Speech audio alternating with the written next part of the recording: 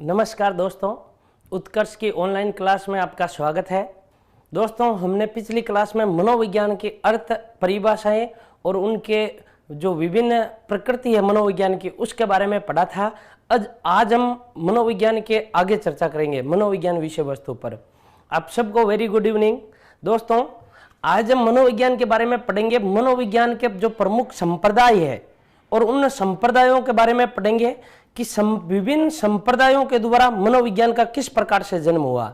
इसके अलावा आज हम ये भी पढ़ेंगे कि मनोविज्ञान की बाद में अनेक शाखाओं का जन्म होता है। मनोविज्ञान की जन्म के बाद में तो उन कौन कौन सी शाखाएं हैं और किस शाखा में किस प्रकार का अध्ययन किया जाता है, उनके बारे में पढ़ेंगे।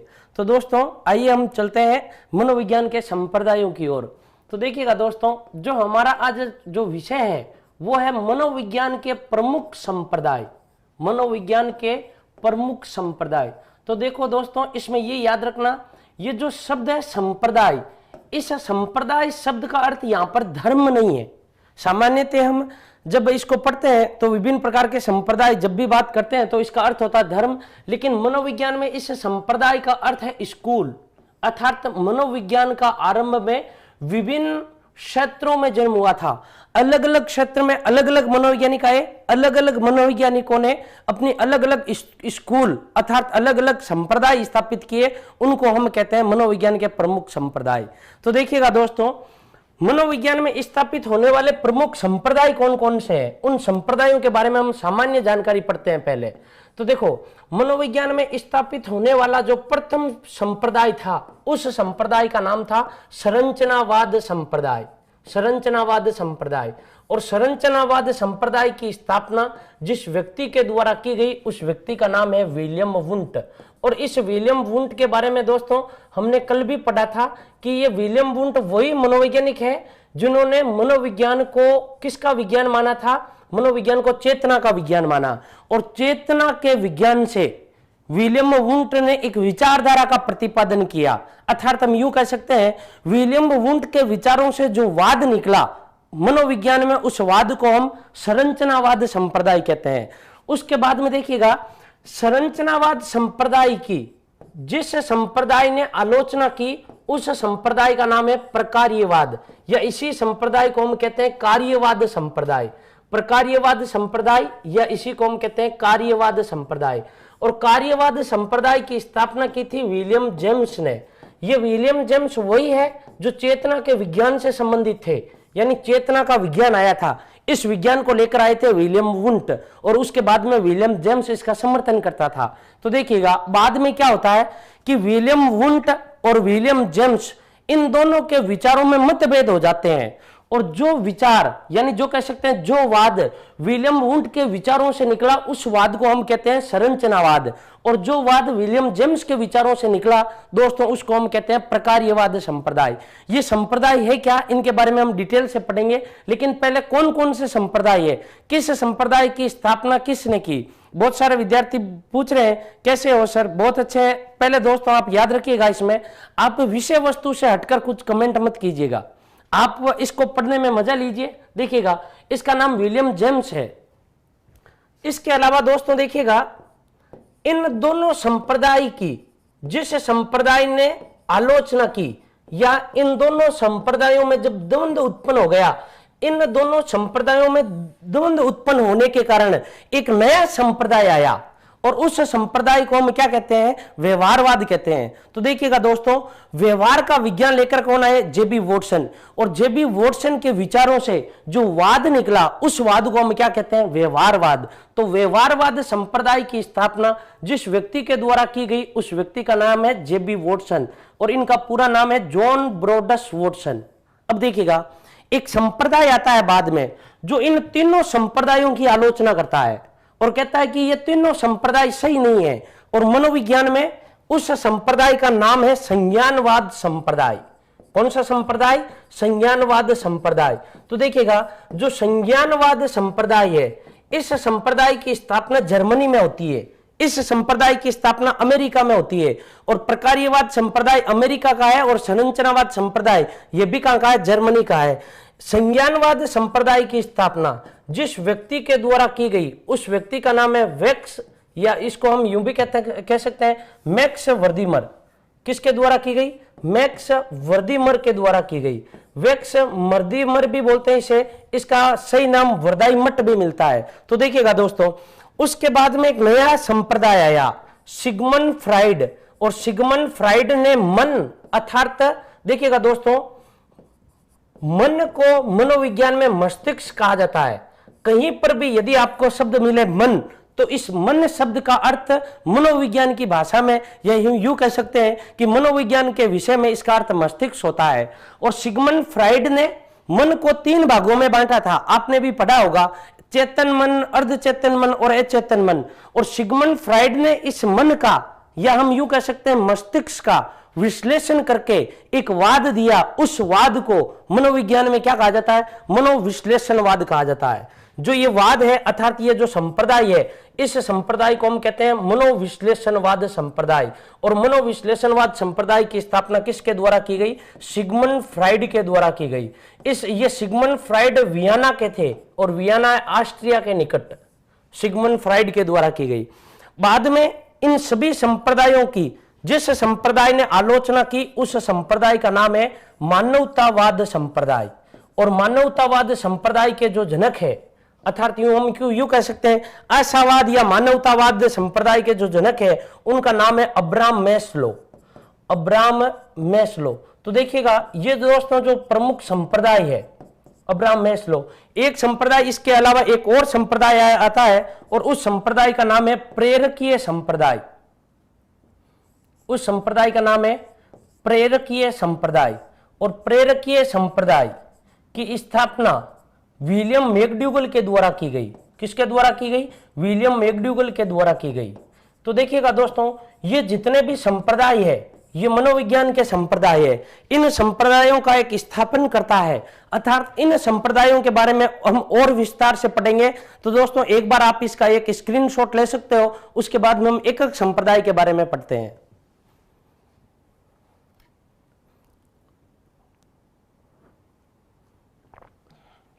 देखिएगा दोस्तों, आपको इसमें ये याद रखना है कि देखो प्रत्येक संप्रदाय का संस्थापक का याद रखना। जैसे देखो प्रश्न कैसे आते हैं, संरचनावाद संप्रदाय की स्थापना किसने की, प्रकार्यवाद संप्रदाय की स्थापना किसके द्वारा की गई। देखो जेबी वॉटसन, अर्थात हम यूं भी कह सकते हैं कि व्यवहारवाद का जो जनक है वो व्यवहारवाद का जनक कौन है, बताओ, जेबी वॉटसन। अब दूसरा इसमें यह भी आ सकता है कि संज्ञानवाद का जनक किसको हम कहते हैं, इसी संज्ञानवाद का दूसरा नाम है गेस्टाल्टवाद। बताओ किस मनोवैज्ञानिक को हम प्रमुख मनोविश्लेषणवादी कहते हैं, तो मनोविश्लेषणवादी कौन है, सिगमंड फ्राइड। मानवतावाद संप्रदाय, और मानवतावाद संप्रदाय की स्थापना अब्राहम मैस्लो के द्वारा, और प्रेरकीय संप्रदाय विलियम मैकडूगल के द्वारा। तो दोस्तों इन एक एक संप्रदाय के बारे में हम पढ़ते हैं। सबसे पहले हम अध्ययन करेंगे संरचनावाद संप्रदाय के बारे में। तो देखो जो ये संरचनावाद संप्रदाय है, ये संरचनावाद संप्रदाय है क्या, सबसे पहले हम ये पढ़ते हैं। इस संरचनावाद संप्रदाय को हम और किन किन नामों से जानते हैं, निर्मितवाद भी कहते हैं इसी को, और इसी संप्रदाय को हम कहते हैं निर्माणवाद। इस संप्रदाय की स्थापना कब हुई, इस संप्रदाय की स्थापना किसके द्वारा की गई, और इस संप्रदाय की स्थापना किन परिस्थितियों में हुई। तो देखिएगा दोस्तों, हमने कल वाले वीडियो में यह पढ़ा था, कल हमने यहाँ इस समय क्लास में यह पढ़ा था कि मनोविज्ञान के विकास क्रम के प्रमुख चरण थे, और एक चरण आया था दोस्तों जिसका नाम था चेतना का विज्ञान। और चेतना का विज्ञान एक मनोवैज्ञानिक लेकर आए जिनका नाम था विलियम वुंट। अब देखिएगा विलियम वुंट के विचारों से जो वाद निकला, उस वाद को हम क्या कहते हैं, संरचनावाद कहते हैं। यानी इस संरचनावाद संप्रदाय की स्थापना जिस व्यक्ति द्वारा की गई उस व्यक्ति का नाम क्या है, विलियम वुंट। तो देखिएगा दोस्तों, इसका नाम संरचनावाद क्यों है, इसका नाम निर्मितवाद क्यों है, इसका नाम निर्माणवाद क्यों है। तो देखिएगा दोस्तों, इस संप्रदाय के बारे में हम पहली बात लिख सकते हैं कि मनोविज्ञान में स्थापित होने वाला प्रथम संप्रदाय, मनोविज्ञान में स्थापित होने वाला प्रथम संप्रदाय, मनोविज्ञान में स्थापित होने वाला प्रथम संप्रदाय, जो प्रथम संप्रदाय है उस संप्रदाय का नाम क्या है, संरचनावाद संप्रदाय।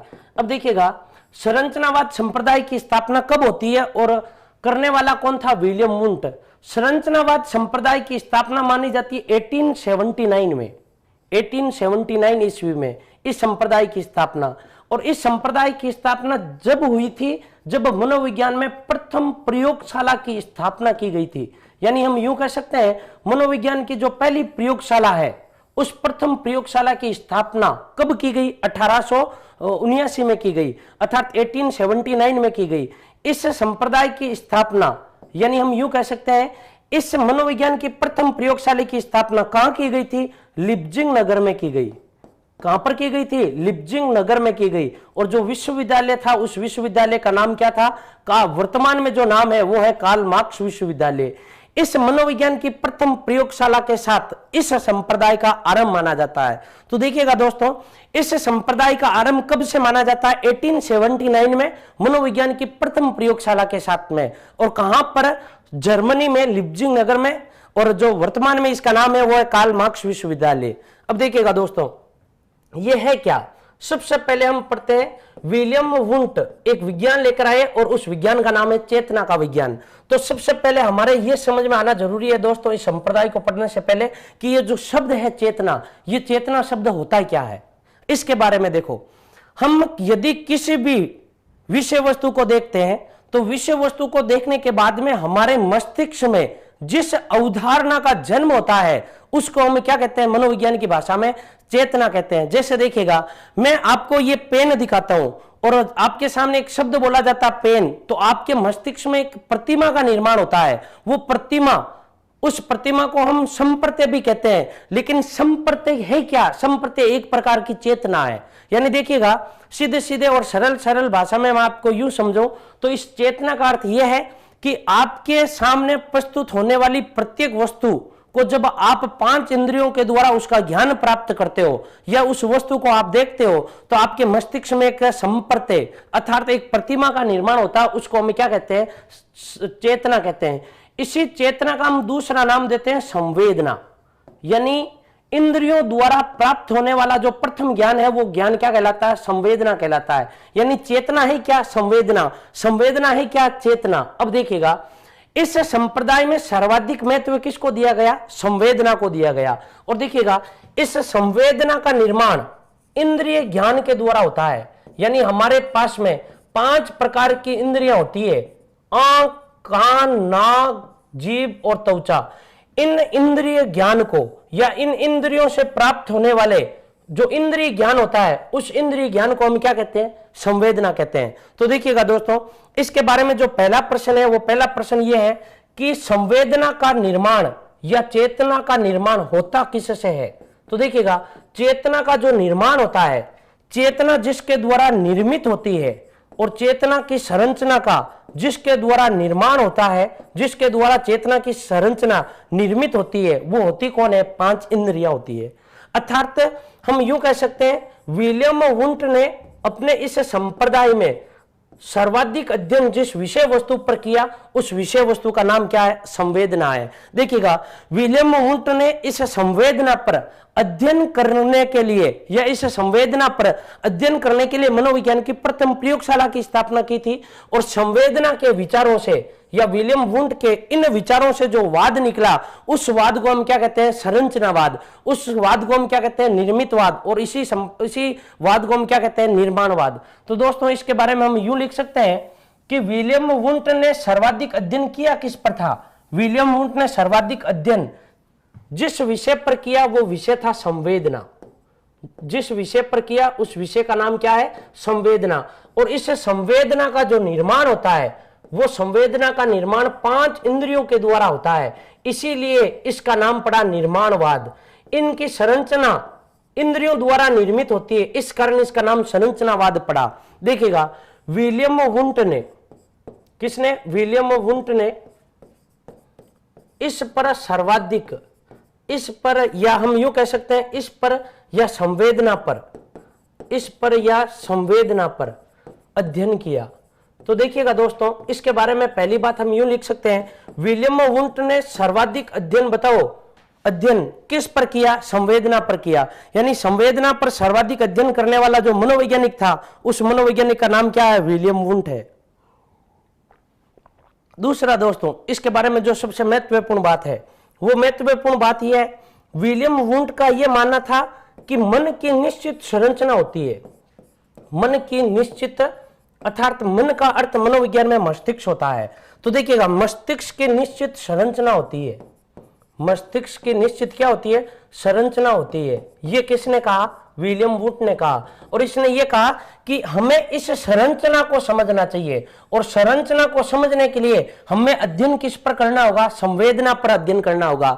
तो बहुत सारे लोगों ने, विलियम वुंट ने यह भी प्रश्न किया था कि संवेदना का निर्माण किससे द्वारा होगा? इंद्रियों के द्वारा। हम अब संवेदना पर अध्ययन करेंगे, तो अध्ययन कैसे करेंगे? संवेदना पर अध्ययन करने के लिए इसी विलियम वुंट ने 1879 में मनोविज्ञान की प्रथम प्रयोगशाला की स्थापना की थी। और इस प्रयोगशाला में सर्वाधिक, बताओ, अध्ययन किस पर किया जाता था? संवेदना पर किया जाता था। देखिएगा, बहुत सारे विद्यार्थियों का यह भी प्रश्न आ रहा है, संवेदना की परिभाषा क्या है? तो दोस्तों, संवेदना की सीधी सीधी परिभाषा आप एक यूं कह सकते हैं, इंद्रियों द्वारा प्राप्त होने वाले प्रथम ज्ञान को हम क्या कहते हैं? संवेदना कहते हैं। यानी देखिएगा, आप यूं समझिएगा, आपके ये आप हो और आपके दो आंखें बंद कर दी है, ये आंखें आपकी बंद कर दी है। आंखें बंद करने के बाद में आपका मुंह खोलकर आपके यदि मुंह में एक मिठाई रखी जाती है, काजू कतली, और उसके बाद में आपको कहा जाता है, खिलाई जाती है, और उसके बाद में पूछा जाता है बताओ ये क्या थी, तो आप क्या बताओगे? काजू कतली। बताओ इस ज्ञान की प्राप्ति आपको हुई कैसे है? संवेदना। यानी किसी विषय वस्तु को हम जब पहली बार देखते हैं तो ज्ञान की प्राप्ति होती है, और वो ज्ञान की प्राप्ति इन 5 इंद्रियों के द्वारा होती है, आंख, कान, नाक, जीभ, त्वचा। तो उस विषय का नाम क्या है? संवेदना है। या हम यूं भी कह सकते हैं, हम यहां पर चुपचाप ऐसे लेटे हुए हैं और हमारे ऊपर से मान लो कुछ भी, किसी भी प्रकार का कुछ भी गिरता है, और गिरने के बाद में हमें पता चलता कि हमारे ऊपर गिरा है, तो वो पता किसके द्वारा चला है? त्वचा के द्वारा। त्वचा क्या है? इंद्री। और जैसे पता चला, अर्थात हमें क्या हुई है? संवेदना हुई है। इसको हम क्या कहते हैं? संवेदना कहते हैं। तो देखिएगा, इस संवेदना पर विलियम वुंट ने सर्वाधिक प्रयोग किया था। विलियम वुंट ने अपने अध्ययन का जो प्रमुख विषय वस्तु बनाया था, वो किसको बनाया था? संवेदना को बनाया था। और देखिएगा, इसी संप्रदाय की देन है कि इसी संप्रदाय की वजह से, या इसी संप्रदाय के बलबूते पर 1880 में, यानी सन 1880 में मनोविज्ञान को एक स्वतंत्र विषय का दर्जा मिला। स्वतंत्र विषय का। किसको? मनोविज्ञान को।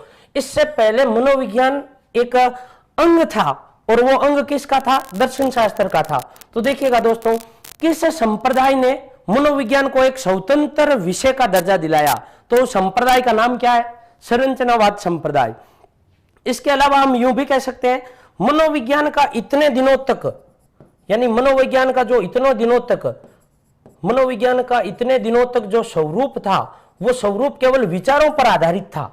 मनोविज्ञान में किसी भी प्रकार के कोई प्रयोग नहीं होते थे, और मनोविज्ञान में प्रयोगशाला की स्थापना करके सबसे पहले इस मनोविज्ञान विषय में जिस व्यक्ति ने प्रयोग शुरू किए थे, उस व्यक्ति का नाम है विलियम वुंट। तो हम कह सकते हैं, मनोविज्ञान का जो स्वरूप है, मनोविज्ञान का स्वरूप, वो प्रयोगात्मक स्वरूप बनाया किसने? विलियम वुंट ने। यानी मनोविज्ञान के स्वरूप को प्रयोगात्मक स्वरूप, मनोविज्ञान में नए नए प्रयोग सबसे पहले आरंभ किसने किए थे? विलियम वुंट ने। इसलिए दोस्तों, इस विलियम वुंट को एक मनोविज्ञान की एक शाखा है, और उस शाखा का नाम है प्रयोगात्मक मनोविज्ञान। कौन सा मनोविज्ञान? प्रयोगात्मक मनोविज्ञान। और ये जो प्रयोगात्मक मनोविज्ञान है, इस प्रयोगात्मक मनोविज्ञान का जिस व्यक्ति को जनक माना जाता है, उस व्यक्ति का नाम क्या है? विलियम वुंट ने। इस प्रकार मनोविज्ञान में इस संप्रदाय का आरंभ हुआ था। तो दोस्तों, इसके अलावा इसमें यह भी है कि इस संप्रदाय के अनेक समर्थन करता है। तो इस संप्रदाय के जो समर्थन करता है, वो इस संप्रदाय के समर्थनकर्ता कौन कौन है? संरचनावाद संप्रदाय के या निर्मितवाद संप्रदाय के जो समर्थन करता है। तो देखिएगा, इनके समर्थनकर्ता में जो सबसे प्रमुख स्थान है, वो प्रमुख स्थान है एडलर का। एक व्यक्ति था जिसका नाम था एडलर। इसके अलावा दूसरा एक व्यक्ति है जिसका नाम है बेडफोर्ड। बेडफोर्ड। इसके अलावा तीसरा एक व्यक्ति है जिसका नाम है टिचनर। टिचनर। देखिएगा, ये इस संप्रदाय के प्रमुख समर्थन करता है, और इस संप्रदाय का जो जनक है, उस जनक का नाम क्या है? विलियम वुंट है। तो दोस्तों, ये जो संप्रदाय था, इस संप्रदाय का नाम क्या है? संरचनावाद संप्रदाय।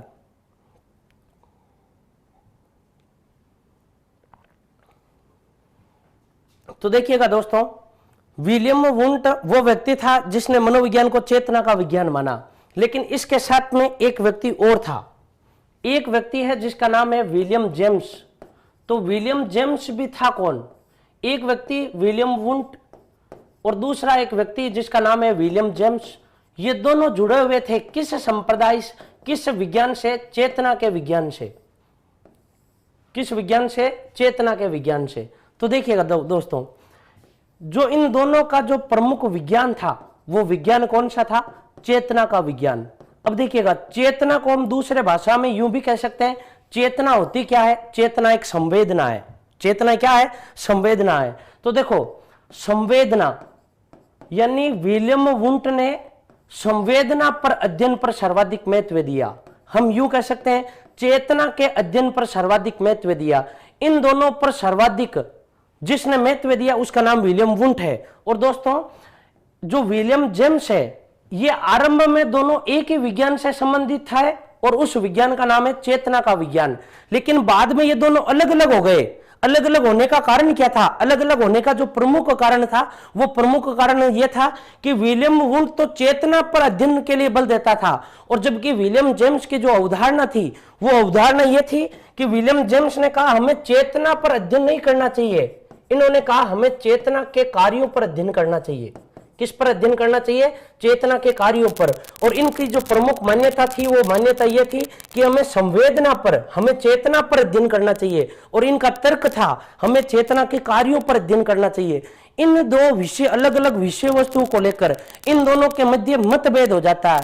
इसी मतभेद से विलियम जेम्स के विचारों से मनोविज्ञान में जो वाद निकला, उस वाद को हम कहते हैं प्रकार्यवाद।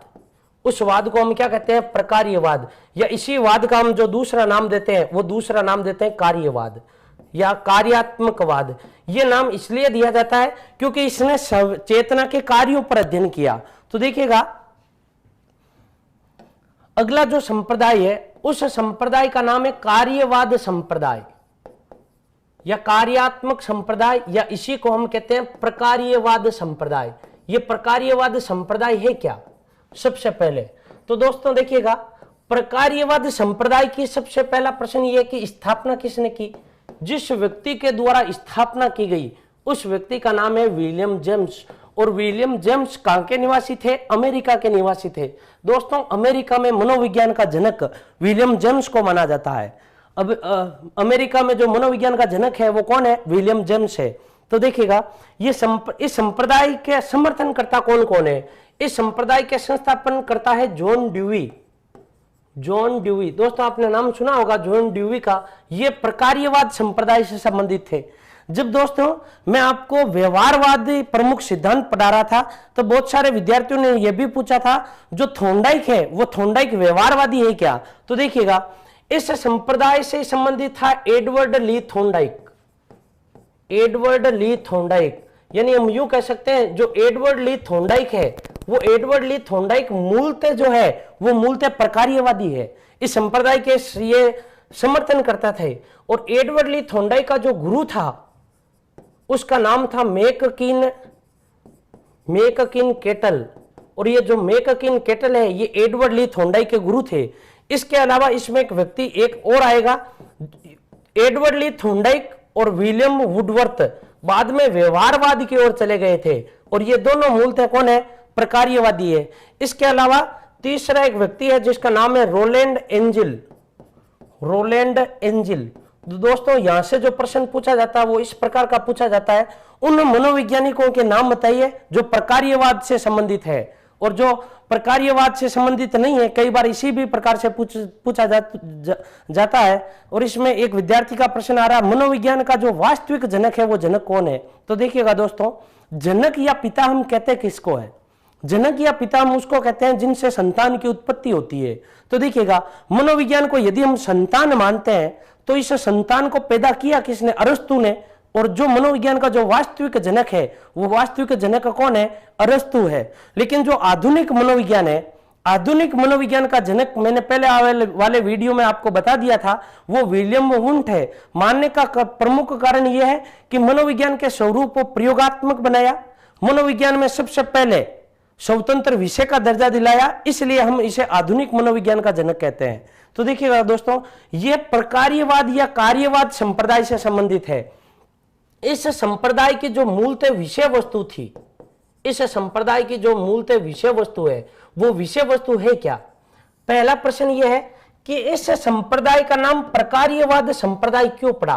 प्रकार्यवाद संप्रदाय पढ़ने का कारण था कि विलियम जेम्स जिस विज्ञान से संबंधित थे उस विज्ञान का नाम क्या था? चेतना का विज्ञान। चेतना के विज्ञान से संबंधित है, हमने पढ़ा था पिछले वाली क्लास में। लेकिन ये सर्वाधिक इनका जो विषय वस्तु है वो विषय वस्तु ये है कि इनका मानना था कि हमें चेतना के कार्यों को समझना चाहिए। हमें किसको समझना चाहिए? चेतना के कार्यों को, या हम यूं कह सकते हैं चेतना के प्रभावों को समझने पर बल दिया, समझने पर बल दिया। इसीलिए इस संप्रदाय का नाम क्या पड़ा? प्रकार्यवाद संप्रदाय पड़ा। अब देखिएगा प्रश्न, दूसरा प्रश्न, संवेद चेतना के कार्य या चेतना के जो प्रभाव है वो चेतना के प्रभाव है क्या? देखिएगा हमारे पास में 5 इंद्रियां होती है, आंख, कान, नाक, जीभ और त्वचा। इन इंद्रियों के द्वारा प्राप्त होने वाला जो प्रथम ज्ञान है वो प्रथम ज्ञान क्या कहलाता है? संवेदना कहलाता है। दोस्तों, इंद्रियों द्वारा प्राप्त होने वाला प्रथम ज्ञान क्या कहलाता है? संवेदना कहलाता है। संवेदना से अगला जो चरण है वो चरण है प्रत्यक्षीकरण। संवेदना का जो अगला चरण होता है वो क्या होता है? प्रत्यक्षीकरण। और इस प्रत्यक्षीकरण में 3 बातें सम्मिलित रहती है। यानी हम यूं कह सकते हैं कि जो ये संवेदना है, ये संवेदना है क्या? मानसिक पीढ़ी का प्रथम ज्ञान, मानसिक पीढ़ी का प्रथम ज्ञान, मानसिक पीढ़ी का जो प्रथम ज्ञान होता है वो प्रथम ज्ञान क्या है? संवेदना है। और संवेदना की उत्पत्ति इन 5 इंद्रियों के द्वारा होती है। अब देखिएगा प्रत्यक्षीकरण होता है क्या है? इस प्रत्यक्षीकरण में 3 बातें सम्मिलित की जाती है। पहली, व्याख्या करना, या हम यूं कह सकते हैं व्यक्ति का या किसी भी विषय वस्तु के बारे में इसके नाम का पता करना। दूसरी, पहचान। यदि हम ये 3 बातें किसी भी विषय वस्तु के बारे में या किसी भी विषय वस्तु के संदर्भ में ये 3 बातें यदि हम प्रयुक्त करते हैं तो ये 3 बातें क्या होगी? प्रत्यक्षीकरण होगी। जैसे देखिएगा दोस्तों, सबसे पहले हमारे सामने एक शब्द आता है, मान लो हमारे सामने ये एक शब्द आ गया पेन, तो सबसे पहले इंद्रियों के द्वारा ये प्राप्त हमें ये पता चलेगा ये है क्या? ये पेन है। पता किससे चला? आंख के द्वारा। तो ये तो क्या हो गया? संवेदना। दूसरा, अब देखो इसके देखते ही संवेदना का निर्माण हो गया, देखा आंख के द्वारा। उसके बाद में देखो इसका नाम है क्या? पेन है। पहचान क्या है? इस पेन को प्रयोग कहां किया जाता है? दूसरा, व्याख्या किसके काम में आता है? लिखने के काम में आता है। तो इसको हम क्या कहते हैं? प्रत्यक्षीकरण कहते हैं। देखिएगा इससे पहले वाला जो संप्रदाय था संरचनावाद, संरचनावाद संप्रदाय सर्वाधिक बल देता था संवेदना पर, और जो प्रकार्यवाद संप्रदाय है वो प्रकार्यवाद सर्वाधिक बल देता है किस पर? प्रत्यक्षीकरण पर। इसलिए इस संप्रदाय को कहा जाता कार्यवाद या इसको कहा जाता प्रकार्यवाद। और इस संप्रदाय में दोस्तों याद रखना, इस संप्रदाय में सर्वाधिक जो महत्व दिया जाता है वो किस पर दिया जाता है? चेतना के कार्यों पर दिया जाता है। एक बार आप इसका स्क्रीनशॉट ले सकते हो।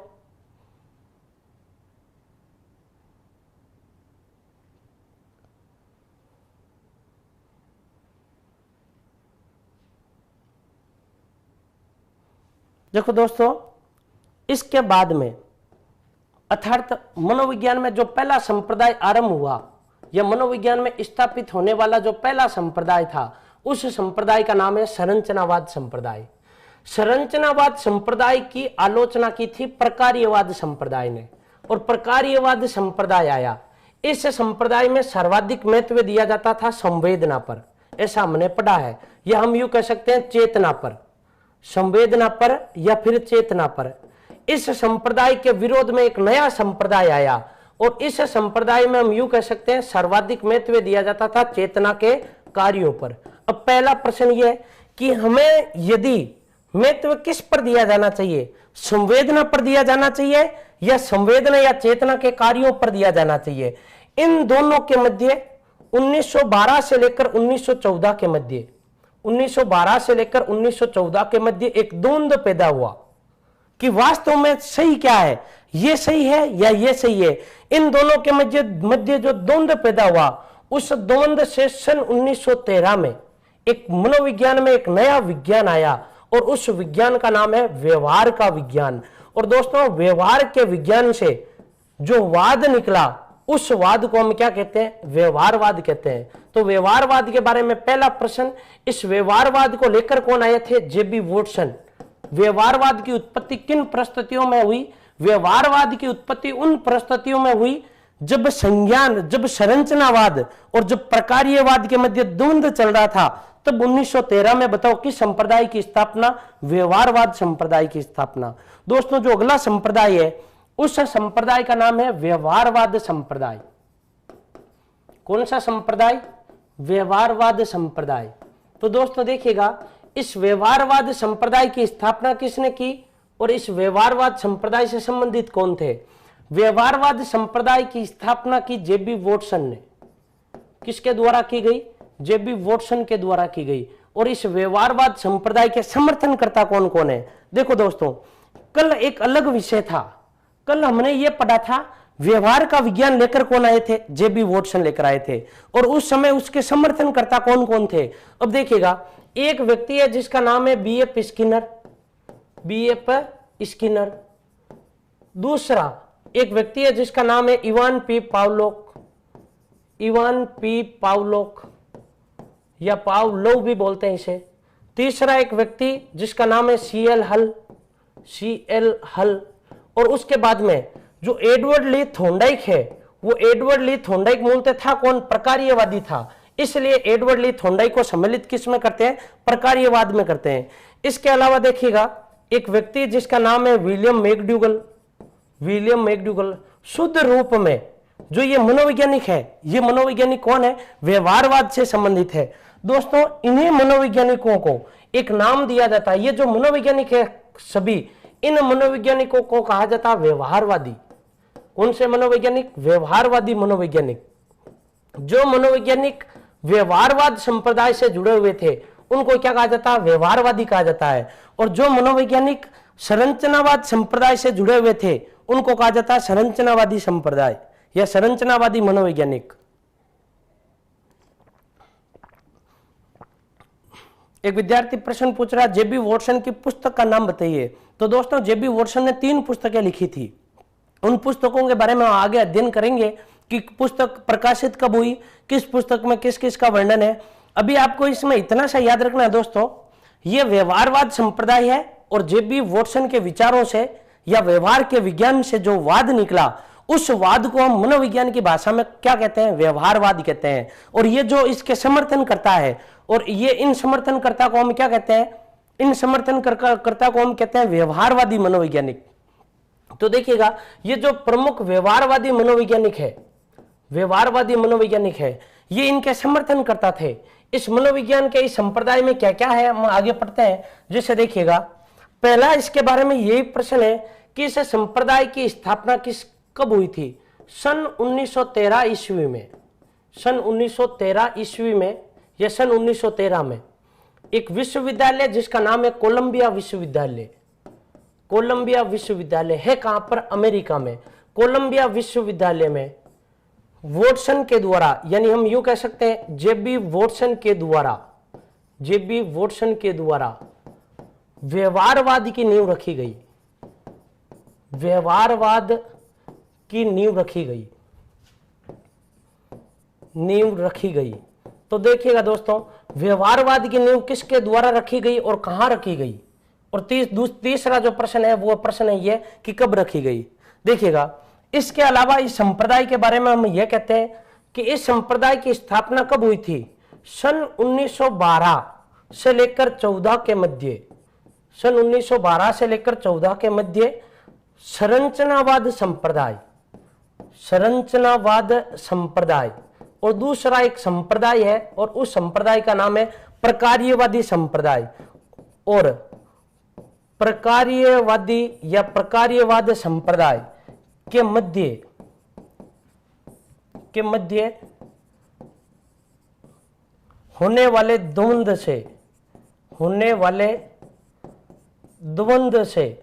का प्रयोग हम इसलिए कर रहे हैं क्योंकि इन दोनों संप्रदायों के बारे में एक धारणा नहीं रही थी। कुछ लोग कहते हैं कि संवेदना झूठी है और कुछ लोग कहते हैं कि संवेदना के कार्य वापस संवेदना पर ले जाते हैं और संवेदना में संवेदना के कार्यों पर ले जाते हैं। इसलिए इनके मध्य होने वाले द्वंद्व से, इन दोनों के मध्य होने वाले द्वंद्व से व्यवहारवाद की उत्पत्ति हुई। किसकी उत्पत्ति हुई? व्यवहारवाद की उत्पत्ति मानी जाती है। इस व्यवहारवाद की जो उत्पत्ति है वो इन दोनों के मध्य होने वाले द्वंद्व से मानी जाती है। तो देखिएगा दोस्तों, इसके अलावा तीसरा एक प्रश्न, जब ये संप्रदाय आया अर्थात जब व्यवहार का विज्ञान आया, तो सबसे पहले कल भी हमने चर्चा करी थी, एक शब्द है व्यवहार।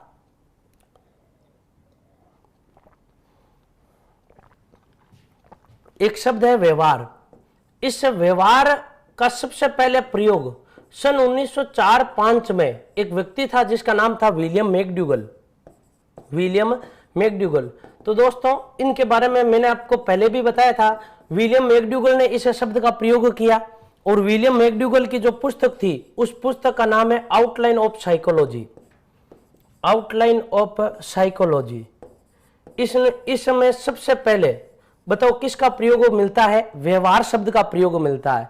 यानी व्यवहार शब्द का सर्वप्रथम प्रयोग, व्यवहार शब्द का सर्वप्रथम प्रयोग किसके द्वारा किया गया? विलियम मैकडूगल के द्वारा किया गया। लेकिन दोस्तों देखिएगा, इस व्यवहार शब्द की यानी व्यवहार की व्याख्या, हम यूं कह सकते हैं इस व्यवहार का वर्णन, और दूसरा हम यूं कह सकते हैं इस व्यवहार की उत्पत्ति। इस व्यवहार की उत्पत्ति, इसके बारे में विस्तृत रूप से चर्चा सन 1913 में की गई थी और जिस व्यक्ति ने की उस व्यक्ति का नाम है जेबी वॉटसन। तो देखिएगा, इसमें यह भी प्रश्न है दोस्तों कि सबसे पहले व्यवहार होते क्या है। तो दोस्तों, व्यवहार क्या है? तो इसके बारे में मैंने कल आपको बताया था कि मनुष्य जो भी क्रिया करता है और वो क्रिया यदि आपको बाह्य रूप में दिखाई देती है तो वो क्रिया क्या कहलाती है? व्यवहार कहलाता है। जैसे देखिएगा, एक बालक जोर जोर से हंसता है, क्या बालक द्वारा कोई किसी भी प्रकार की, चाहे वो जन्मजात क्रिया हो, चाहे वो अर्जित क्रिया हो, चाहे वह अनेक अनुक्रिया हो, तो वो क्रिया आपको दिखाई देती है हंसते हुए बालक की। तो हंसता हुआ एक बालक हंस रहा, कर क्या रहा? क्रिया कर रहा है, और वो क्रिया आपको दिखाई दे रही है, इसका मतलब वो बालक का क्या है? व्यवहार है। अब देखिएगा, कुछ लोग यूं भी कहते हैं कि एक बालक रो रहा है तो क्रिया दिखाई दे रही है, तो वो उसका क्या है? व्यवहार है। कुछ लोग आपके सामने आकर अच्छे कार्य नहीं करते हैं, या हम यूं कह सकते हैं आप किसी से बात करते हो तो वो सामने वाला व्यक्ति आपसे उचित प्रकार से बात नहीं करता है, तो हम उस व्यक्ति को क्या कहते हैं? इस व्यक्ति का व्यवहार ठीक नहीं है। अर्थात जो क्रिया होती है उस क्रिया को हम क्या कहते हैं? व्यवहार कहते हैं। इस प्रकार का एक विज्ञान लेकर आए थे, और वो विज्ञान लेकर कौन आए थे? जेबी वॉटसन लेकर आए थे। तो दोस्तों, एक बार आप इसका स्क्रीनशॉट ले लो, उसके बाद में हम और पढ़ते हैं इसके बारे में, आगे पढ़ते हैं इसके बारे में। इसके बारे में दोस्तों याद ये रखिएगा, जो व्यवहारवाद की नींव है वो व्यवहारवाद की नींव 1912 में नहीं 1913 में पड़ी थी। अब देखिएगा, इसके बारे में आगे पढ़ते हैं। जेबी वॉटसन की पुस्तकें, तो दोस्तों देखिएगा, जेबी वॉटसन की जो प्रमुख पुस्तकें हैं वो प्रमुख पुस्तकें 3 पुस्तकें हैं। एक पुस्तक आई थी इनके सन 1914 में, इनकी एक पुस्तक आई थी सन 1914 में, और ये पुस्तक प्रकाशित हुई थी। ये प्रकाशित पुस्तक कब हुई? एक बार फर्स्ट ग्रेड में प्रश्न ये भी आया था, ये पुस्तक प्रकाशित कब हुई थी? 1914 में। और जो पुस्तक का नाम है वो पुस्तक का नाम इस प्रकार से है, व्यवहार मनोविज्ञान की एक तुलनात्मक अवधारणा। व्यवहार मनोविज्ञान की एक तुलनात्मक अवधारणा। तुलनात्मक अवधारणा।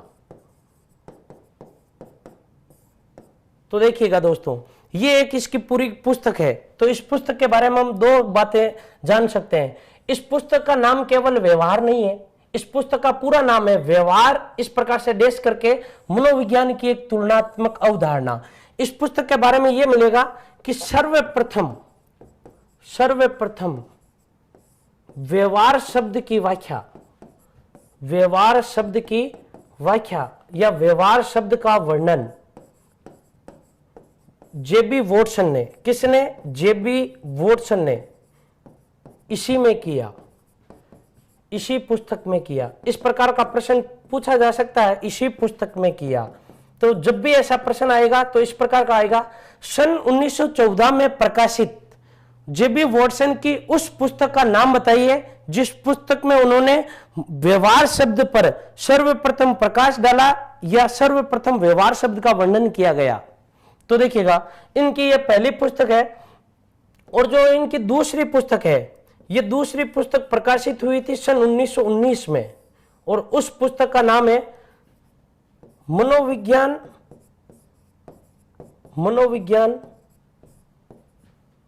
व्यवहार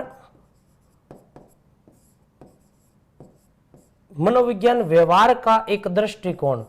मनोविज्ञान व्यवहार का एक दृष्टिकोण, ये पूरी की पूरी पुस्तक का नाम है, मनोविज्ञान व्यवहार का एक दृष्टिकोण। इस पुस्तक का भी नाम याद रखना। तीसरी जो पुस्तक है वो पुस्तक प्रकाशित हुई 1924 में और उस पुस्तक का नाम दोस्तों देखिएगा, इस पुस्तक का नाम ही व्यवहारवाद है। इस पुस्तक का नाम ही क्या है? व्यवहारवाद है। 1924 में प्रकाशित हुई थी। इस पुस्तक के बारे में हम यूं कह सकते हैं, पूर्णतः व्यवहारवाद पर आधारित, पूर्णतः व्यवहार पर आधारित, पूर्णतः व्यवहार पर आधारित। तो दोस्तों ये तीन जो पुस्तकें, ये तीन पुस्तकें किसकी है? जेबी वॉटसन की है। इन तीनों पुस्तकों में से एक प्रश्न फर्स्ट ग्रेड में आ चुका है और जो फर्स्ट ग्रेड में पिछली बार जो प्रश्न आया था वो ये आया था, 1924 में प्रकाशित जेबी वॉटसन की उस पुस्तक का नाम बताइए जिस पुस्तक पर उन्होंने सर्वप्रथम, या हम यूं कह सकते हैं जो पूर्णतः व्यवहारवाद पर समर्पित है। यदि ये प्रश्न यूं आए कि 1914 में प्रकाशित उस पुस्तक का नाम बताइए जिसमें सबसे पहले व्यवहार शब्द की व्याख्या की गई, तो इस पुस्तक का नाम है जो 1914 में प्रकाशित हुई, व्यवहार मनोविज्ञान की एक तुलनात्मक अवधारणा, और जो 1919 में हुई उसका नाम है मनोविज्ञान व्यवहार का एक दृष्टिकोण, और जो पुस्तक 1924 में प्रकाशित हुई उस पुस्तक का नाम है व्यवहारवाद, और यह पूर्णतः समर्पित किस पर है? यह पूर्णतः समर्पित व्यवहारवाद पर है। तो देखिएगा, इन एक बार इन तीनों का आप एक स्क्रीनशॉट ले लीजिए, फिर हम आगे बढ़ते हैं।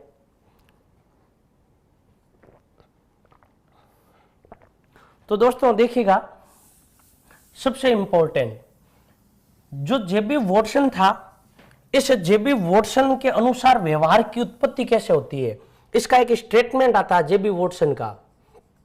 जेबी वॉटसन के अनुसार व्यवहार की उत्पत्ति, किसकी उत्पत्ति? व्यवहार की उत्पत्ति, यानी जो भी हम क्रिया करते हैं जो बाह्य रूप में दिखाई देती है, उन क्रियाओं की उत्पत्ति होती कैसे है?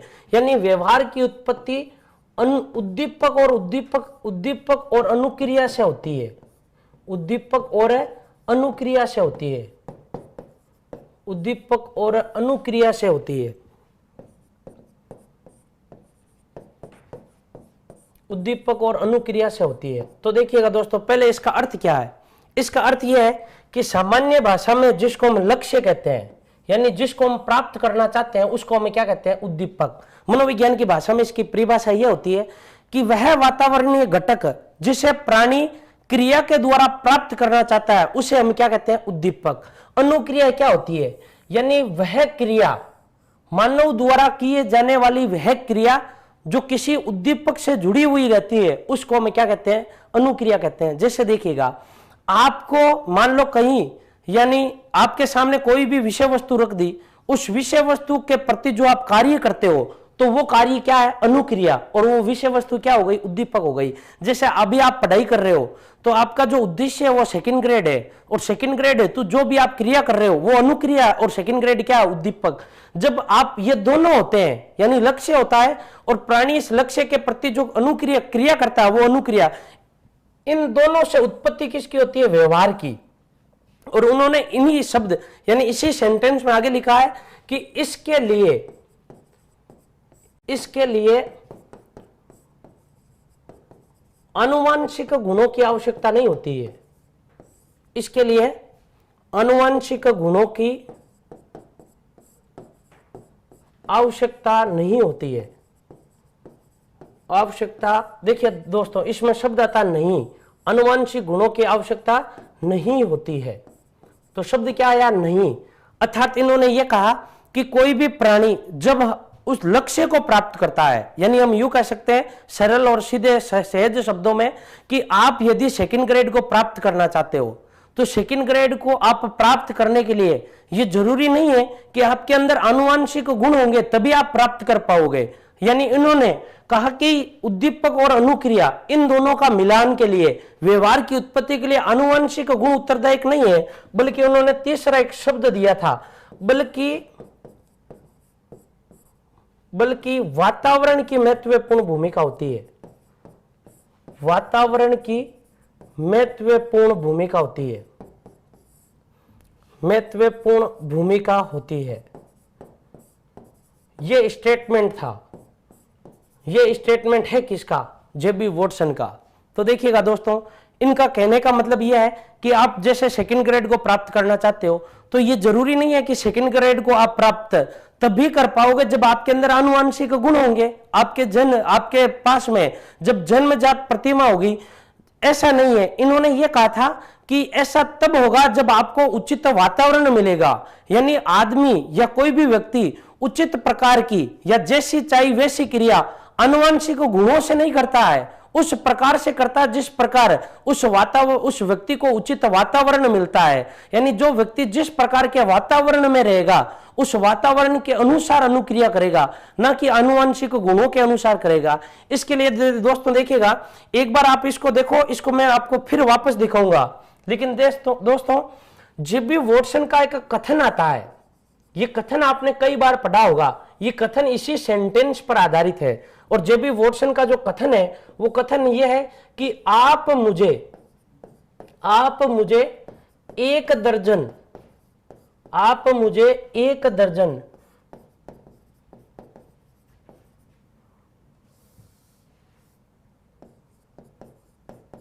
स्वस्थ शिशु दे दीजिए।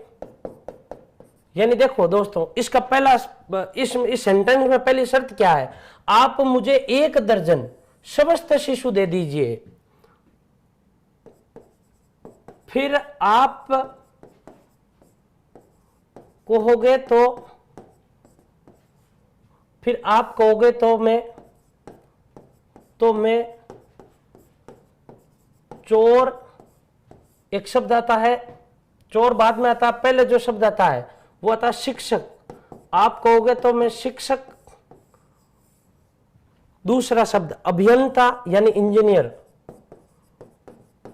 अभियंता। इसके अलावा वास्तुकार,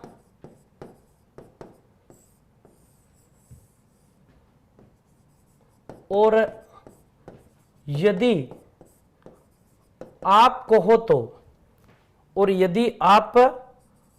तो मैं चोर भी बना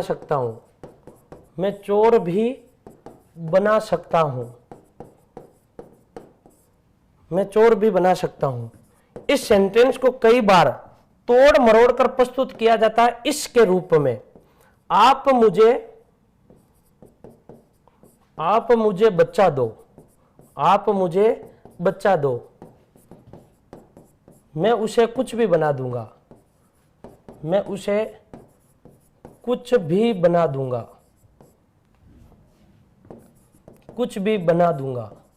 इसका अर्थ दोस्तों यही है। तो देखिएगा, ये आपने कई बार पढ़ा होगा। ये सेंटेंस है किसका और ये सेंटेंस किसने कहा है?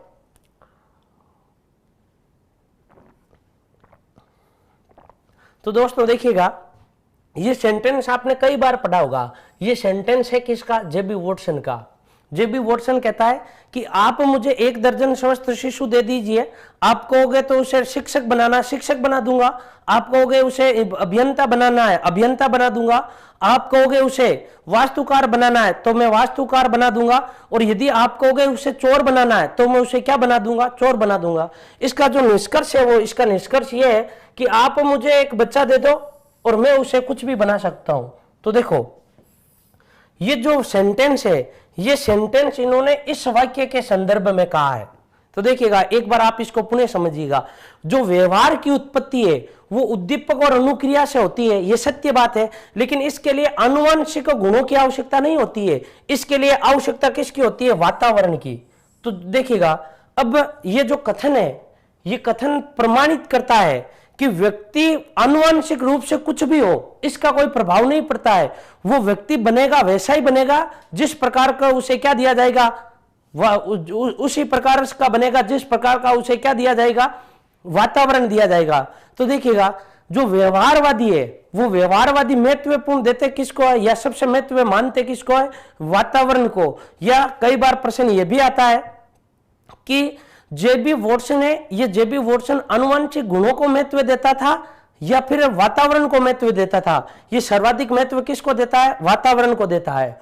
तो दोस्तों, इसके बाद में मनोविज्ञान में एक नया संप्रदाय आया और उस संप्रदाय का नाम है समग्रवाद संप्रदाय।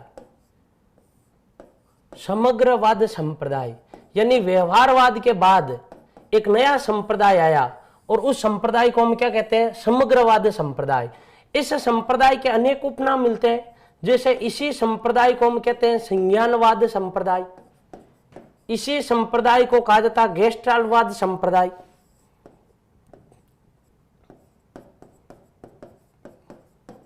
इसी संप्रदाय को कहा जाता है गेस्टाल्टवाद संप्रदाय। तो देखिएगा दोस्तों, इसके बारे में सबसे महत्वपूर्ण बात यह है, इसके बारे में यह है कि सबसे पहले तो ये बताओ इसकी स्थापना किसने की थी? इसकी स्थापना की गई थी मैक्स वर्दीमर के द्वारा, वर्दीमर के द्वारा। इसके अलावा इस संप्रदाय के जो समर्थन थे मैक्स वर्दीमर के अलावा, वो समर्थन थे कोहलर, और कोहलर का जो पूरा नाम है वो पूरा नाम है वोल्फगंग कोहलर, वोल्फगंग कोहलर। इसके अलावा तीसरा एक व्यक्ति कर्ट लेविन, या इसका कहीं कहीं पर नाम कुर्ट लेविन भी मिलता है। इसके अलावा कर्ट कोपका, ये इस संप्रदाय से संबंधित है। यानी इस संप्रदाय का जो प्रवर्तक है वो प्रवर्तक तो कौन है? मैक्स वर्दीमर। और ये सारे इस संप्रदाय के क्या है? समर्थन करता है। दोस्तों, सबसे पहले हमें यह समझना होगा ये जो संप्रदाय है, ये संप्रदाय है क्या? इस संप्रदाय का नाम समग्रवाद संप्रदाय क्यों पड़ा? इस संप्रदाय को हम संज्ञानवाद संप्रदाय क्यों मानते हैं? और इस संप्रदाय को हम गेस्टाल्टवाद संप्रदाय क्यों मानते हैं? सबसे पहले इस संप्रदाय के बारे में जानिए कि एक शब्द होता है गेस्टाल्ट। तो सबसे पहले जो गेस्टाल्ट शब्द है, इस शब्द की उत्पत्ति देखिएगा, जो ये गेस्टाल्ट शब्द है, इस गेस्टाल्ट शब्द की उत्पत्ति हुई किससे? तो देखिएगा, जर्मनी भाषा का एक शब्द है। यानी किस भाषा का? जर्मन भाषा का। जर्मन भाषा के गेस्टाल्ट,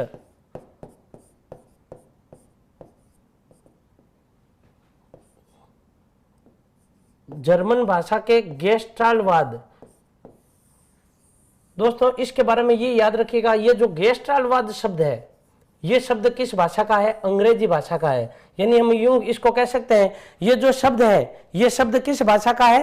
अंग्रेजी भाषा का है। लेकिन ये जो इस शब्द की उत्पत्ति हुई है वो अंग्रेजी भाषा के शब्द, यानी अंग्रेजी भाषा के शब्द गेस्टाल्ट से हुई है।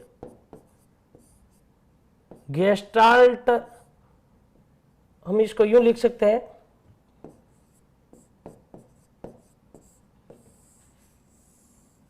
गेस्टाल्ट से हुई है। तो दोस्तों, इसके बारे में पहला प्रश्न, इस शब्द की उत्पत्ति हुई किससे? इस शब्द की उत्पत्ति हुई किससे? गेस्टाल्ट शब्द से हुई है। इसके अनेक नाम मिलते हैं और ये शब्द किस भाषा का है? जर्मन भाषा का है। लेकिन इस शब्द से उत्पत्ति हुई है गेस्टाल्टवाद शब्द की। जो इससे नया शब्द बना है वो नया शब्द क्या बना? गेस्टाल्टवाद बना है। और इस गेस्टाल्टवाद जो शब्द है ये किस भाषा का है? अंग्रेजी भाषा का है। इसके बारे में यूं कह सकते हैं हम, जो ये शब्द है गेस्टाल्टवाद शब्द, इस शब्द में सर्वाधिक महत्व दिया जाता है पूर्णता को। सर्वाधिक महत्व किसको दिया जाता है? पूर्णता को। यह हम यूं कह सकते हैं, इसमें जो सर्वाधिक महत्व है वो सर्वाधिक महत्व किसको दिया जाता है? समग्रता को दिया जाता है। इस शब्द का अर्थ ही यही होता है। और आपको पता हो तो मनोविज्ञान में एक विज्ञान आया था सबसे पहले, आत्मा का, उसके बाद में मन या मस्तिष्क का, और उसके बाद में आया चेतना का विज्ञान। एक विज्ञान आया चेतना का विज्ञान, और एक विज्ञान आया व्यवहार का विज्ञान। तो दोस्तों देखिएगा, ये समग्र, ये पूर्णता पर महत्व क्यों देते हैं, कारण क्या है? इसका कारण यह है कि चेतना मानसिक स्थिति का आंतरिक रूप और व्यवहार मानसिक स्थिति का बाह्य रूप। अब देखिएगा, यदि हम कहते हैं मानसिक स्थिति का आंतरिक रूप चेतना है और यदि हम कहते हैं मानसिक स्थिति का बाह्य रूप व्यवहार है, इन दोनों में से यदि मैं एक बिंदु को लेता हूं, क्या व्यक्ति पूर्ण हो गया? यानी ये जो व्यक्ति है, इस व्यक्ति का एक तो है आंतरिक रूप और एक है व्यक्ति का बाह्य रूप। ये व्यक्ति कंप्लीट कब होगा? जब बाह्य रूप और आंतरिक रूप दोनों को सम्मिलित किया जाएगा, और दोनों को सम्मिलित करना क्या है? पूर्णता है। इसीलिए जो ये संप्रदाय है, समग्रवाद संप्रदाय, इस संप्रदाय में इन दोनों को सम्मिलित किया गया है। यानी हम यूं कह सकते हैं, जो ये संप्रदाय है, इस संप्रदाय में जो अगली बात निकल कर आ रही है वो ये निकल कर आ रही है, मनोविज्ञान को, किस विज्ञान को? मनोविज्ञान को। मनोविज्ञान को चेतना, मनोविज्ञान को चेतना एवं व्यवहार, चेतना एवं व्यवहार अर्थात दोनों का विज्ञान मानता है। दोनों का विज्ञान, दोनों का विज्ञान मानता है। तो दोस्तों देखिएगा, उस संप्रदाय का नाम बताइए जिस संप्रदाय में व्यवहार या व्यवहार का विज्ञान या चेतना के विज्ञान, दोनों के विज्ञानों की चर्चा की जाती है, या दोनों के विज्ञानों से, या दोनों के विज्ञानों पर अध्ययन किया जाता है। देखिएगा, इसके अलावा इस संप्रदाय में, इस संप्रदाय में सर्वाधिक महत्व किसको दिया गया? पूर्णता को दिया गया। इसके अनुसार हमें हमेशा, देखो, पहले अध्ययन किसका करना चाहिए? पूर्णता का, और उसके बाद में धीरे धीरे उनके अंशों को पढ़ना चाहिए। धीरे धीरे किसको पढ़ना चाहिए? उसके अंशों को पढ़ना चाहिए। इसलिए कहा जाता है इस संप्रदाय में पूर्ण से अंश की ओर पढ़ने पर और पूर्ण से अंश की ओर जानने पर, इनमें सर्वाधिक महत्व दिया गया है। तो देखिएगा, इस संप्रदाय की जो मूलतः थ्योरी है, वो मूलतः थ्योरी है कि जब तक हम किसी विषय वस्तु की पूर्णता जानकारी प्राप्त नहीं कर लेते, तब तक वो विषय हमारे लिए अधूरा है। इसलिए ये संप्रदाय ये कहता है कि जब तक हम पूर्णता को प्राप्त नहीं कर लेते, अर्थात पूर्णता की प्राप्ति कब होगी? व्यवहार के विज्ञान से और चेतना के विज्ञान से। इसीलिए इस संप्रदाय में सर्वाधिक महत्व दिया जाता है समग्रता को। इस संप्रदाय का एक नाम आता है संज्ञानवाद। तो देखिएगा दोस्तों, इस संप्रदाय को संज्ञानवाद संप्रदाय क्यों कहते हैं, कि क्या कारण है इस संप्रदाय को संज्ञानवाद संप्रदाय कहा जाता है? संज्ञानवाद संप्रदाय कहने का मतलब यह है कि हमें यदि पूर्णता को पढ़ना है, हमें यदि संपूर्णता या समग्रता को पढ़ना है, तो इसके लिए आवश्यकता किसकी होती है? बुद्धि की। इसके लिए आवश्यक क्या होता है? मनन। इसके लिए आवश्यक क्या होता है? मनन। और इसके लिए आवश्यक क्या होती है? सोच। और इसके लिए आवश्यक क्या होती है? विचारधारा। इसके लिए आवश्यक क्या होती है? विचारधारा। तो देखिएगा दोस्तों, इन सब में, अर्थात हम यूं कह सकते हैं, इन सब का ज्ञान का जो ऊपरी बिंदु होता है, या फिर हम यूं कह सकते हैं ज्ञान का जो सर्वोच्च शिखर होता है, या फिर ज्ञान का जो सर्वोच्च बिंदु होता है, उसको हम क्या कहते हैं? संज्ञान कहते हैं। इसीलिए इस संप्रदाय को क्या कहा गया? संज्ञानवाद संप्रदाय कहा गया। अर्थात ये जो सभी पार्ट है, ये जो सभी अंग है, ये सारे अंग किससे संबंधित है? संज्ञान से संबंधित है। और इस संप्रदाय में बुद्धि को सर्वाधिक महत्व दिया गया है। जैसे देखिएगा दोस्तों, सीधे और सरल भाषा में हम यूं कह सकते हैं कि जो मनोविज्ञान में स्थापित होने वाला जो प्रथम संप्रदाय था, उस संप्रदाय का नाम था संरचनावाद संप्रदाय। संरचनावाद संप्रदाय में सर्वाधिक महत्व संरचना पर, चेतना पर दिया जाता था। प्रकार्यवाद संप्रदाय में संरचना के कार्यों पर दिया जाता था। व्यवहारवाद संप्रदाय में सर्वाधिक महत्व व्यवहार पर दिया जाता था। और जबकि इस संप्रदाय में जो सर्वाधिक महत्व दिया जाता है वो संज्ञान के निम्न बिंदुओं पर दिया जाता है। इसलिए इस संप्रदाय को क्या कहा जाता है? संज्ञानवादी संप्रदाय कहा जाता है। इस संप्रदाय में हमेशा पूर्णता पर बल दिया जाता है। किस पर बल दिया जाता है? पूर्णता पर बल दिया जाता है। इस कारण इस संप्रदाय को क्या कहा जाता है? समग्रवाद। इस संप्रदाय को हम पूर्णवाद भी कह सकते हैं। और इस संप्रदाय को इंग्लिश में हम गेस्टाल्टजिम भी कह सकते हैं, अर्थात हिंदी में हम इसको गेस्टाल्टवाद संप्रदाय भी कह सकते हैं। तो ये जो संप्रदाय था, इस संप्रदाय की स्थापना इसके द्वारा की गई और इस संप्रदाय के ये जो मनोवैज्ञानिक है, ये मनोवैज्ञानिक इस संप्रदाय के कौन है, समर्थन करने वाले हैं। तो देखिएगा इसके बाद में मनोविज्ञान में एक नया संप्रदाय, उस नए संप्रदाय के बारे में पढ़ते हैं। उस संप्रदाय का नाम है मानवतावाद संप्रदाय। मानवतावाद संप्रदाय। तो देखिएगा मानवतावाद संप्रदाय है क्या दोस्तों, सबसे पहले हम ये पढ़ते हैं। जो मानवतावाद संप्रदाय है, मानवतावाद संप्रदाय, इस संप्रदाय की स्थापना किसके द्वारा की गई? इस संप्रदाय की स्थापना की गई अब्राहम मैस्लो के द्वारा। किसके द्वारा की गई? अब्राहम मैस्लो के द्वारा की गई। इस संप्रदाय के जो संस्था समर्थन करता है, वो समर्थन करता कौन है? एक का नाम है कार्ल रोजर्स और दूसरे का नाम है ओलपोर्ट। तो दोस्तों ये जो कार्ल रोजर्स है और जो ओलपोर्ट है, ये इनके समर्थन करता है। और इस संप्रदाय का जो संस्थापक है वो कौन है? अब्राहम मैस्लो है।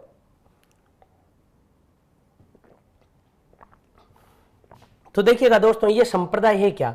सबसे पहले इस संप्रदाय के बारे में, इस संप्रदाय की संस्थापना किसने की? अब्राहम मैस्लो ने की। तो देखो अब्राहम मैस्लो को, यानी हम यूं कह सकते हैं अब्राहम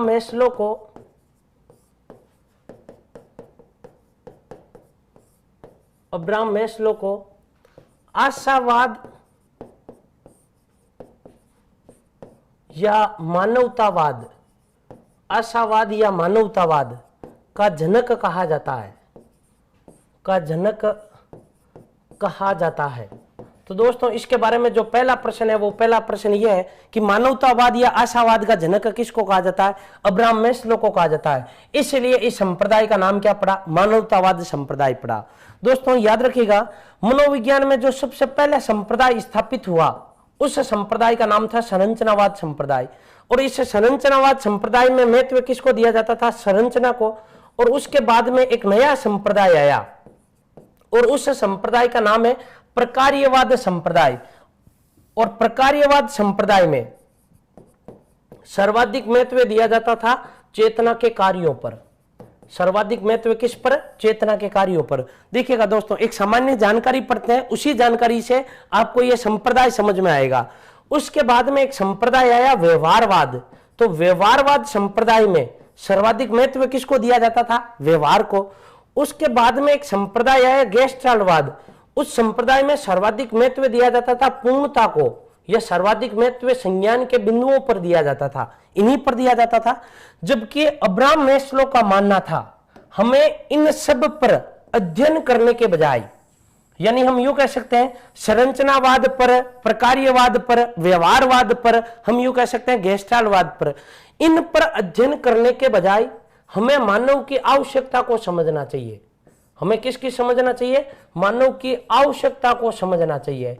यह सबसे पहले बात किसने कही है? अब्राहम मैस्लो ने।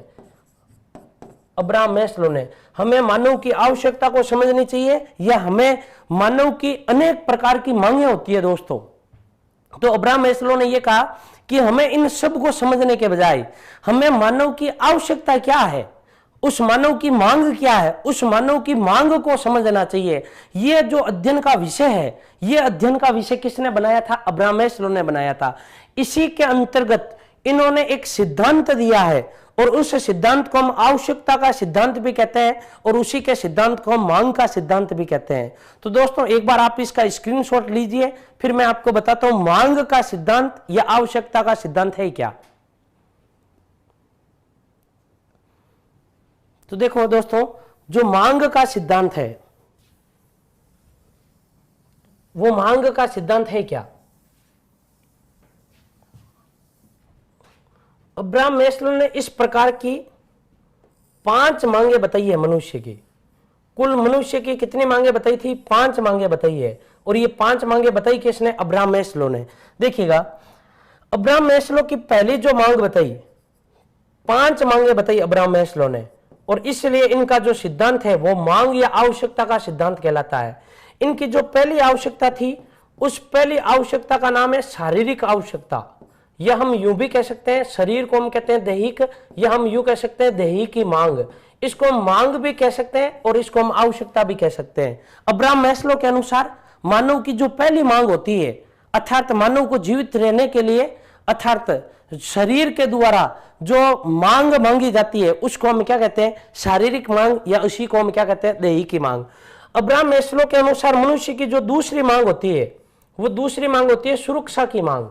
इन एक मांग के बारे में हम पढ़ेंगे, वो मांग होती क्या है, सुरक्षा की मांग।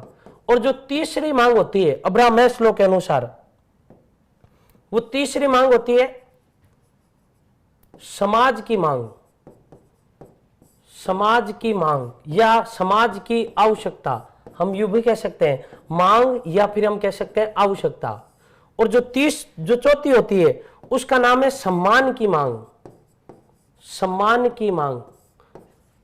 और जो पांचवी मांग होती है उस मांग को हम कहते हैं आत्म अनुभूति की मांग, या आत्मानुभूति मांग, आत्मानुभूति मांग। अब देखिएगा ये होती क्या है, पांच मांगे। और इस प्रकार की पांच प्रकार की मांगे बताकर अब्राहम मैस्लो ने एक सिद्धांत दिया। उस सिद्धांत को हम कहते हैं आवश्यकता का सिद्धांत, आवश्यकता का सिद्धांत। और इसी सिद्धांत का जो दूसरा नाम है वो दूसरा नाम है आवश्यकता का सिद्धांत, या हम इसको कह सकते हैं मांग का सिद्धांत। तो देखिएगा दोस्तों ये सिद्धांत है क्या, सबसे पहले इस सिद्धांत के बारे में पढ़ते हैं। ये सिद्धांत कहता है क्या है, अब्राहम मैस्लो के अनुसार एक मानव जीवन में मानव के सामने अनेक प्रकार की मांगें उपस्थित होती है, या उसको जीवन जीने के लिए अनेक प्रकार की मांगों की आवश्यकता होती है। उनमें से जो पहली मांग है उस मांग का नाम क्या है, शारीरिक मांग। और जो दूसरी मांग है उसका नाम है सुरक्षा की मांग, तीसरी समाज की मांग, चौथी सम्मान की मांग, और पांचवी और जो अंतिम मांग है उसका नाम क्या है, आत्मानुभूति मांग। तो देखिएगा सबसे पहले पढ़ते हैं ये मांग क्या होती है, पांचवी मांग, आत्मानुभूति मांग। इस मांग का अर्थ यह है कि आत्मा का मिलन परमात्मा से हो।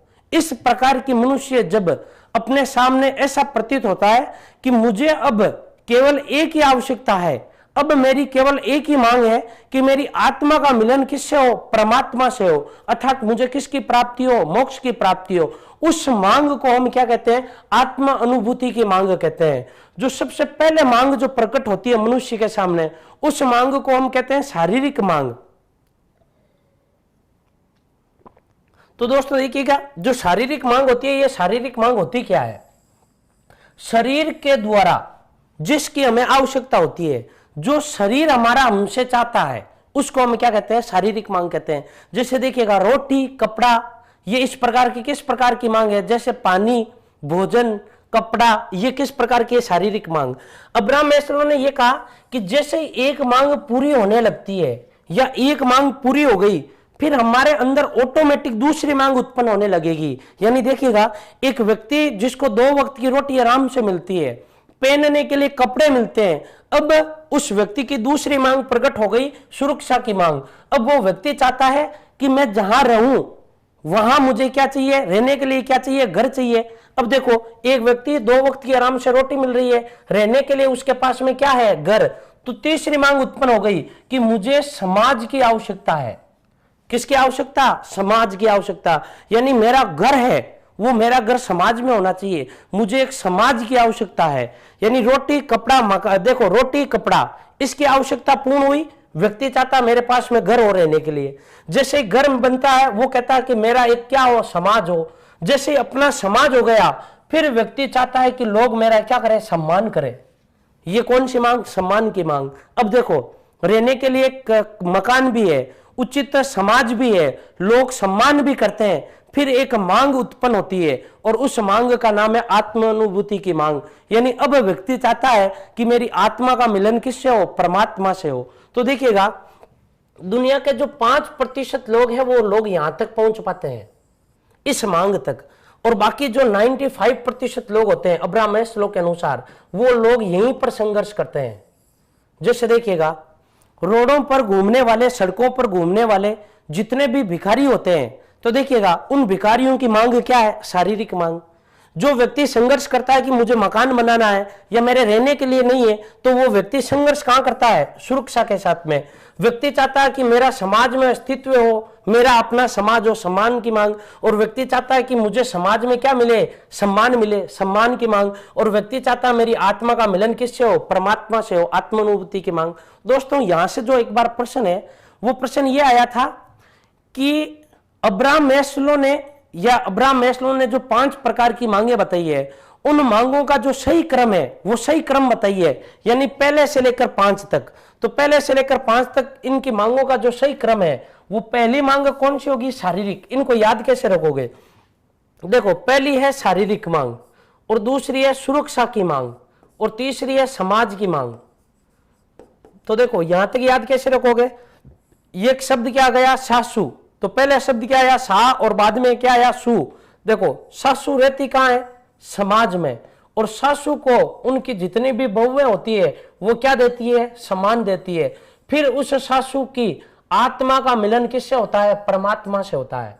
ये इनकी मांगों का सही क्रम। देखो, सासू, ये क्या हो गया? समाज, रहती कहां है? समाज में। और बहुएं क्या देती है? सम्मान देती है। और आत्मा का मिलन किससे होता है? परमात्मा से। ये एक बार इनका सही क्रम पूछ लिया था। इनका यदि क्रम पूछ ले तो देखो, सासू, समाज, सम्मान और आत्मानुभूति। देखिएगा, ये जो संप्रदाय है, ये संप्रदाय सर्वाधिक महत्व व्यक्तिगत मूल्यों पर देता है।